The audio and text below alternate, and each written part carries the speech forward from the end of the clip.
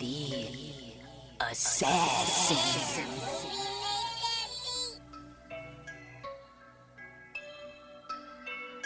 You know I break necks, call me Jack Tate. I have no regrets while your life is fading. I'm a crazy fuck equivalent to Satan. When I'm behind the mic, I feel like the greatest. You know I break necks, call me Jack Tate. I have no regrets while your life is fading. I'm a crazy fuck equivalent to Satan. When I'm behind the mic, I feel like the greatest. What up, y'all? You're listening to Sports Talk with Tropp, and I'm your host, Katie Tropp. Well, I am officially the champion of one of my two fantasy football leagues that I'm in this season. And of course, luckily, it's the one that mattered the most, the one where I actually win some money for this. So my team kicked so much ass this year that because, you know, with the results of the Monday Night Football game not ending up being finished and being canceled, not all fantasy leagues have really closed out yet because the league hasn't really decided what they're going to do about that game just yet. But I kicked so much ass, and I even had Josh Allen and Samaje Perine as two remaining players on my roster, and then my opponent had Joe Mixon. So I was most certainly going to run away with this even further, but my grand total for my championship round ended up being Team Crazy Crackers kicking that ass, 251 to 185. And not only did I kick so much ass, I also was the highest scoring team in the league. So that gave me a little bit of extra cash. And so I walked away with $400, bitches. So yeah, as long as I win some money, that's pretty fucking dope. I am kind of pissed off I didn't win my league, but shout out to the homie Simon, El Nino squad. He took home the championship. He has such a huge lead because his opponent has Josh Allen still, but I think Simon's got like a 50-point lead, so I'm ready to call it. I was actually going to congratulate him on Sunday, but I didn't really want to jinx it. Because, you know, I didn't really expect Josh Allen to go off for like 50 points. It takes a lot for your fantasy team, one player to get you 50 points, and I didn't really expect him to do that anyways. But yeah, he's got a good enough lead where I'm ready to call him the champ over White Mount Palookas. It was a great run for Simon too. You know, he actually was struggling there for a minute. He was at the bottom of the barrel in our division, and then the last like month and a half maybe, he started making a run and started beating all the really good teams in the league, except for me. I kicked his ass in the regular season, but then he was my first opponent up in the playoffs, and he kicked my ass, went on to win the championship, and he's also the first 3-time champ in my fantasy football league. It's been going for, I think 10 or so years. I've been running this same fantasy football league, and Simon's been a part of it from the jump.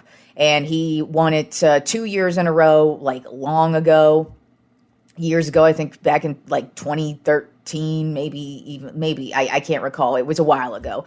So it's been a minute since he's won, but congratulations to the homie Simon. He is now the official champion of the Footballaholics League. All right, so let's get into the Monday Night Football game that unfortunately did not happen, but it was the right call. I'm sure, as you know by now, safety Damar Hamlin went into cardiac arrest on the field, and basically in the beginning of the game, I think it was the Bengals' second drive. As a matter of fact, wasn't even a bad hit either. You know, we've seen many bad hits that you go, wow, how's that guy still standing? But this one was I would call a routine tackle. I mean, it didn't even look like he landed on his head. So obviously none of us know what actually happened. They haven't really said what's happened. It's really just more about the dude's health at this point. I'm sure at some point we'll find out what happened. It does kind of look like it's a possibility that as he was making the tackle, T. Higgins, the wide receiver who he tackled, just all his body weight just happened to maybe land on his heart at the right/wrong time. And it was crazy too, because he just got right up, but then he fell down like completely, like he just passed out. And I remember when I was watching it, and then I was the first thing I kind of look for when I'm seeing these things is are they moving? And what I noticed is his legs were not moving. Nothing on him was moving. And then the next thing I noticed is I see one of the Bengals trainers like frantically kind of like, get over here right now.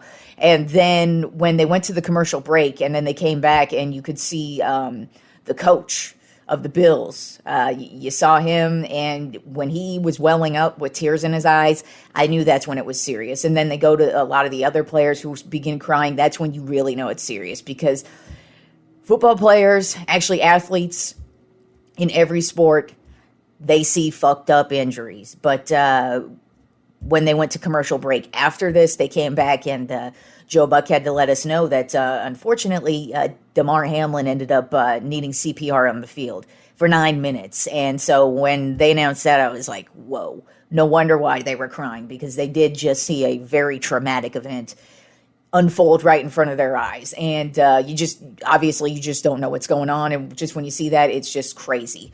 So then he was taken by ambulance to the hospital. Luckily, his family was already in the stadium. So luckily for them, they got to go with him to the hospital. They didn't have to hear any of it secondhand, because I can't even imagine how his family members would have felt if they were watching that on TV and they can't get any answers or anything, really just what's being said on TV. So I am happy that his family actually was there for him. They're able to be there for him right now. So that's also great. Also, it seems to me that we did get some good news today from the doctor saying that he's now breathing more on his own. He still has a way to go. But it was an extremely crazy thing to see. Obviously, none of us have seen anything like this. And then, of course, it did look like there was a possibility they were going to resume the game. But in my personal opinion, when I saw players crying on the field, I was like, there is no way these guys are going to be able to erase that thought in this moment of time and go back out onto the field. So eventually they did call the game. And like I said, that was the right move, obviously. I don't blame anybody in that. And so that was just what had to happen. And they don't know. They essentially just canceled the game. They haven't announced if they're going to replay the game at some point. I kind of feel like that's near impossible. In my personal opinion, I don't think it really matters. It does matter for, seeding's sake. But really, in the full scheme of things, I just kind of feel like you just move along. Don't count the game as a win or a loss for either team. And you just go into the playoffs as is. And if it affects seeding, it affects seeding. It is how it is. I just can't see how they would, at some point, be able to just throw that game in right before the playoffs happen. I just don't see it. If there is any positive outcome of this, though, it is the amazing outpouring to Damar Hamlin's charity. He had a GoFundMe account for his charity, which it's a children's toy drive, and their goal was just to raise $2,400. And as of today, they've raised $6 million. So if anything good came out of that story, it's for sure that.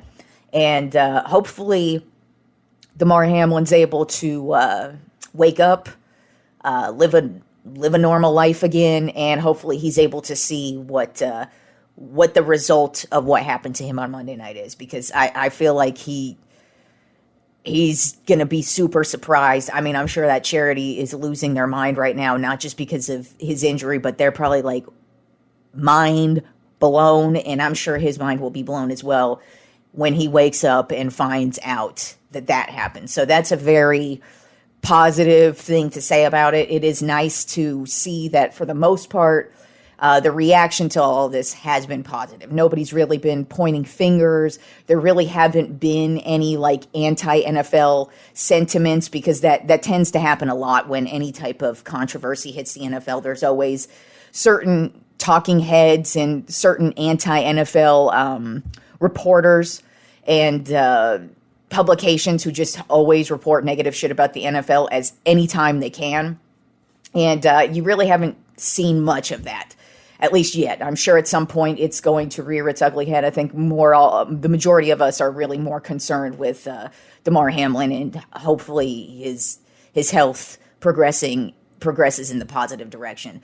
I did want to say, though, shout out to everybody who worked for ESPN, because when that happened, that there was really nothing they could say, and they really handled it very professionally. I mean, of course, they're all professionals, and they've all been doing this for years, but that was a really difficult task for all of them. So from Lisa Salters to Troy Aikman to Joe Buck to Susie Colbert to Booger McFarland and Adam Schefter, like, they all were able to keep their composure as best they could, because you could see all of them basically were fighting through tears, because that's just something none of us have ever seen on the football field. And they had to be very professional. They all were able to carry themselves in a great manner during that time. And shout out to all of them, because they all did a great job handling that horrible event. And then I just also wanted to point out, too, T. Higgins is the wide receiver who landed on him. I've seen a couple of stupid idiots actually try and blame him for this, and nobody's actually really brought him up and really kind of wondered if he's okay, because, I mean, I'm not trying to project here, but I imagine he feels pretty bad. Regardless, I mean, it was just a regular tackle. He obviously had nothing to do with this. This was a total freak accident, at least from what we can see, what we know. And it was a football tackle. He landed on him like he always lands. So this is most certainly not his fault. But I hope he's doing okay. I hope he's not blaming himself, because it's not his fault. But I'm sure there's a good possibility he feels pretty bad about this and is feeling some type of guilt in some way. And hopefully he's not. Like I said, I could be projecting, but it's a good possibility he's feeling some type of way about this. And I've noticed not really anybody's been bringing him up, because I'm sure he's pretty fucked up over this, because he was significantly involved in this event, and he had no choice. He just caught the football like he normally does. So I hope he's doing okay as well. Now let's move on to more uplifting things in football, and that would be my Trop 10 NFL Power Rankings. We did have a little bit of shakeups here, but for the most part, it remains the same. I would also like to note this is going to be my last Trop 10 NFL Power Rankings since we are headed into Week 18, the last week of football. I don't usually see a point in doing a end of season power rankings. To me, once we hit the playoffs, it doesn't matter where anybody's ranked. We're in the playoffs, and let's talk playoffs. So that's why that's going to be this last week of the Trop 10 NFL power rankings. But this is also going to be the last Wednesday show of the football season, since football season's ending. And so we're going to go back to Monday and Friday only shows until football season begins again. So let's get into the Trop 10 NFL Power Rankings, beginning at number 1. The same team it's been for a couple weeks now. That would be the San Francisco 49ers. Overall record of 12-4, and this team is just killing it. They're on a 9-game winning streak. They are playing great on defense. They're playing great on offense. They didn't have such a great defensive performance against the Raiders, but hey, you're not gonna be great every single game. George Kittle has really found a connection with Brock Purdy.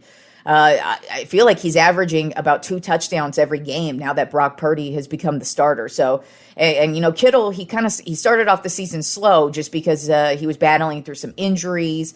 And then when you get back in the game, sometimes it takes a minute. And then once Brock Purdy took over, it's like, boom, he's scoring touchdowns like no other. On the season right now, he's got 736 receiving yards and 9 touchdowns. So Kittle is having a great season. Bosa on the defensive side of things, he's still killing it. He's got 17.5 sacks on the season. And Christian McCaffrey, he just keeps getting stronger with each and every game. So the 49ers look like they're ready to go for the playoffs, and there's a good possibility this weekend, depending on how certain games go, the 49ers could end up with the top seed in the league come playoff time. So we'll see what happens. A lot's at stake in Week 18 this weekend. Then at number 2 on my Trop 10 NFL Power Rankings, I kept the Buffalo Bills there, a record of 12-3. I mean, it's not their fault that the game was canceled, and so, I mean, you can't say anything negative about them, or because they're still, to me, a damn good team. I kind of feel like there's a good possibility that this incident with Damar Hamlin is probably going to fuel them for a pretty good playoff run. We'll see. You never know how people react to those kind of things, but I kind of have a feeling that's what it may lead to in the end. So I still have the Bills at number 2. Then at number 3 on my Tropp 10 NFL power rankings of the Cincinnati Bengals, overall record of 11-4. I couldn't bump them down either, just because you can't hold it against them. What happened in the game on Monday, because it didn't finish. They started out really hot. Looked like they were going to go on a tear. Looked like we were actually going to get the back and forth scoring affair. We thought we would, but unfortunately, we don't know what's going to happen. Maybe sometime in the playoffs we'll see that matchup. But I could not drop the Bengals down either, just because there was nothing negative to say about them, and they actually started off that game pretty damn hot. Then at number 4 on my Tropp 10 NFL power rankings, I have the Kansas City Chiefs, overall record of 13-3. And they just keep rolling behind Patrick Mahomes. The guy is now passed for over 5,000 yards. He leads the league in passing yards at 5,048. Passing yards, 40 touchdowns. That's also league leader, and 12 interceptions. So he has not cooled off at all. As a matter of fact, he's actually getting hotter, because now he's added back in running around. So you really got to now add in that element yet again with Patrick Mahomes.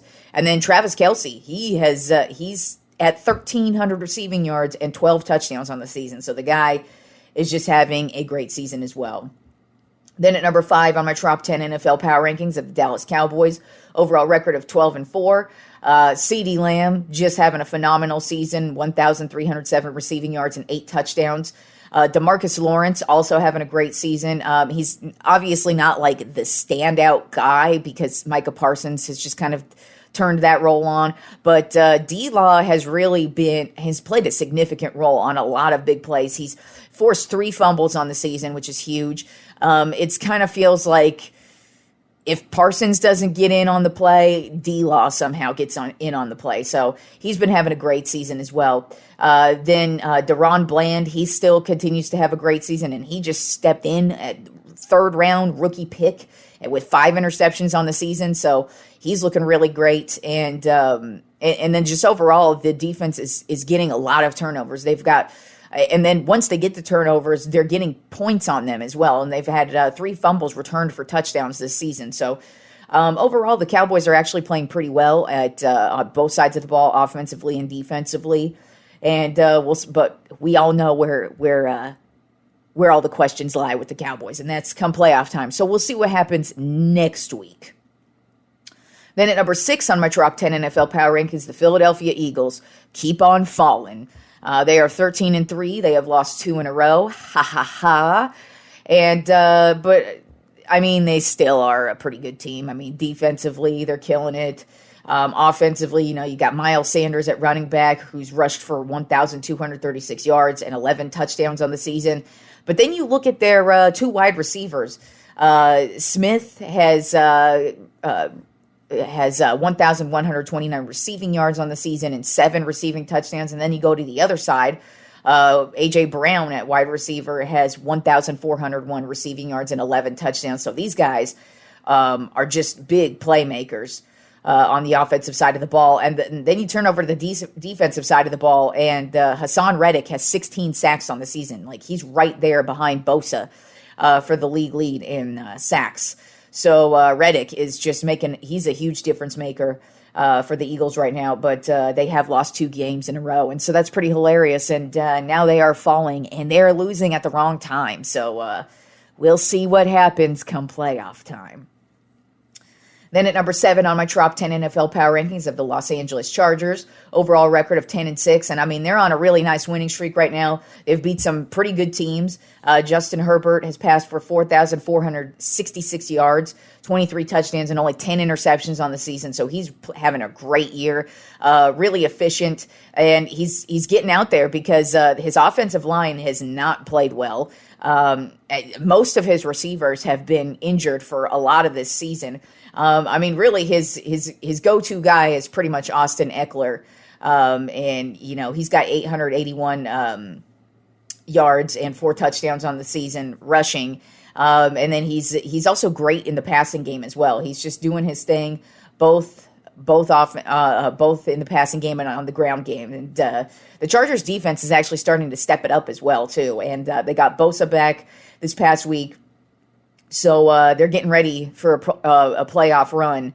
And we'll see if the Chargers are a legit team or if they just hit the wild card round and lay an egg, as they normally do. Then at number 8 on my Tropp 10 NFL power rankings of the Minnesota Vikings, overall record of 12-4. They did just get beat pretty bad by the Packers, and I think most of us aren't really convinced that they're as good as their record says. I kind of feel like the Vikings are just one of those many teams that we're discussing about come playoff time that really has to prove it in the postseason. But when you talk about positives with them, of course, Justin Jefferson, even though he was shut down in this last game, he's still on the season. He leads the league in receiving yards, with 1,771 receiving yards and 8 touchdowns. And then Dalvin Cook on the ground has eclipsed 1,000 yards. He's at 1,136 yards and 8 touchdowns on the ground. So both of those guys have been pretty consistent for them. I mean, overall, offensively, they've been pretty consistent. It's just their defense that's pretty questionable. And they did get romped by the Packers. And so they just keep falling in my Trop 10. Then at number 9 on my Trop 10 NFL power rankings of the Green Bay Packers, overall record of 8-8. And this team's just getting hotter, and they're getting hot at the right time too. I mean, there was never a question on whether Aaron Rodgers was good. We all knew he was good. It's just the defense has performed very underwhelmingly. I think most of us expected them to be a pretty damn good defense, and so far they've been very underwhelming, except for during this winning streak. They've actually really stepped it up. They're getting a lot of turnovers lately, and they're getting turnovers with touchdowns as well. And then they're also just setting the offense up in good field position. So basically, Aaron Rodgers and Aaron Jones have been like the main bright spots for the team. But also, finally, the receivers are catching the passes rather than dropping them. So the Packers, while I don't believe they're a Super Bowl contender, there's a good possibility that if they make the playoffs, they could fuck up somebody's weekend come wild card weekend. Right now in the season, Aaron Rodgers has passed for 3,490 yards, 25 touchdowns, and 11 interceptions. Aaron Jones has eclipsed the 1,000-yard mark this season with 1,073 yards and 2 touchdowns on the ground. And then through the air, he's caught 375 receiving yards and 5 touchdowns. So Packers looking good right now.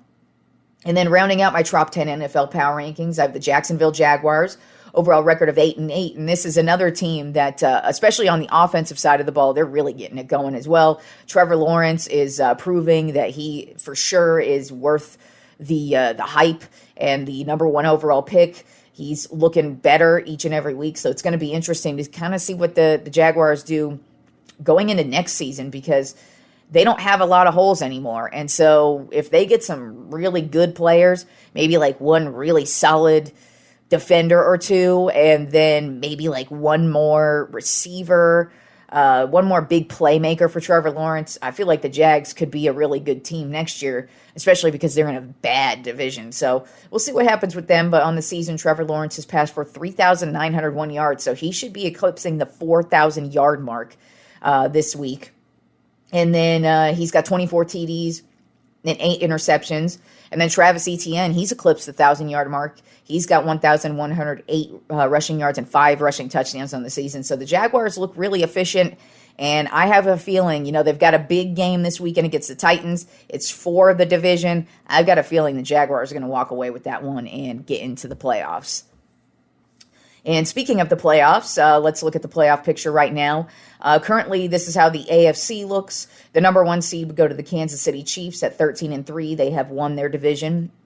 Then the number 2 seed would be the Buffalo Bills at 12-3. They have also won their division. Then the Cincinnati Bengals at 11-4. They have not won their division. That's actually what they're going to be playing for this weekend against Baltimore, but they have clinched a playoff spot. Then the number 4 spot would be the Jacksonville Jaguars at 8-8. And as I just said, they are going to be playing for the division against the Titans this weekend. So it's either going to be the Jags or the Titans in that number 4 spot. And then the wild card, we have the Los Angeles Chargers at 10-6, who have clinched the playoff spot. Then we have the Baltimore Ravens at 10-6, who have also clinched the playoff spot. And then the last wild card right now would go to the New England Patriots at 8-8. But on the outside looking in, we have Miami and Pittsburgh. So we basically have in the AFC 2 spots up for grabs, and then really just who's going to win the North as well. That's kind of the number 3 spot. But essentially, there's really only 2 spots left for 2 teams in the AFC playoff picture.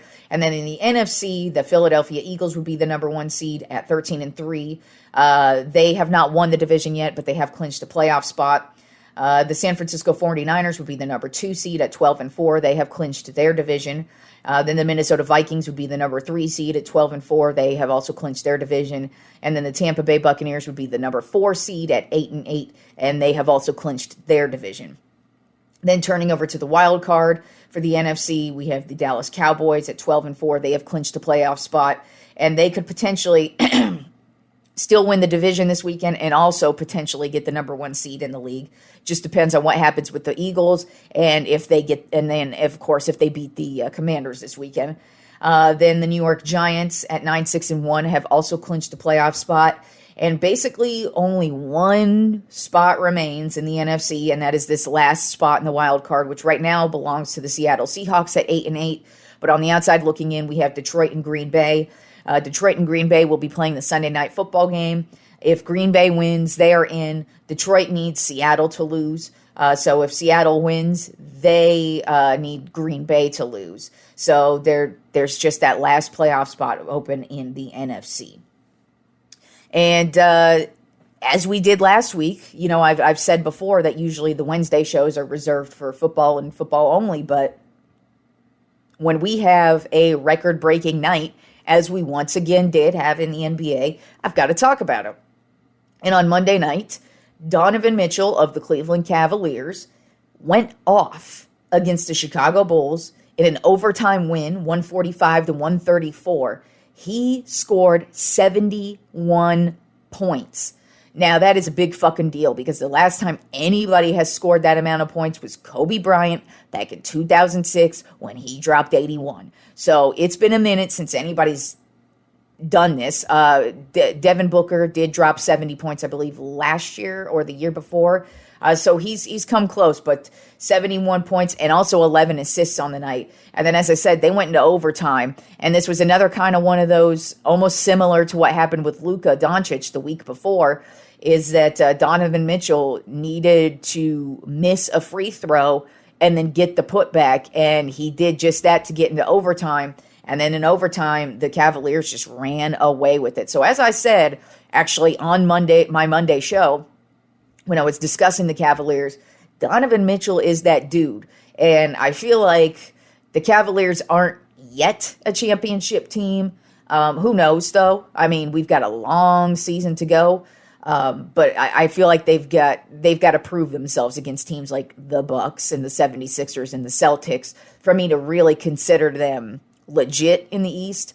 But I kind of have a feeling when we get towards playoff time, if the Cavaliers are playing like this could be a team that really fucks some shit up for some teams out in the Eastern Conference, I believe. They've got a lot of firepower on the offensive side of the ball, and Donovan Mitchell, you know, that guy's been playing great his entire career. I remember when he really broke out with the Jazz, like 5-ish years ago? It was a couple years ago, and he was carrying that squad.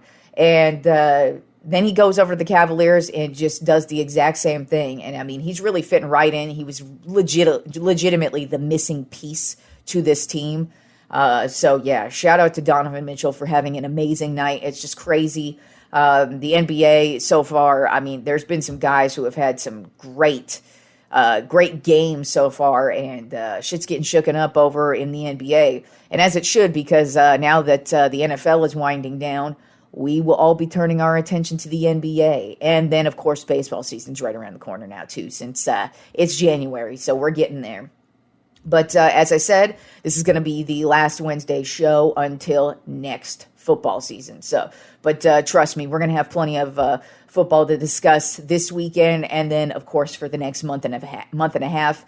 And lucky for me, usually this time of year, especially over the last, God, I don't even know how long, many years, it always kind of is like a depressing time of year for me because it's like, oh, cool, it's playoff time because I love the playoffs. Always love the playoffs, but usually the Cowboys aren't competitive. Well, no matter what anybody says, they actually are competitive this year, and I am super excited about what the Cowboys are going to do. Hopefully they don't let me down. It's something they're known for doing, but I don't know. This team looks a little bit different, but we'll see. We will see what happens. We still have Week 18 left this weekend, and we will discuss Week 18 on Friday.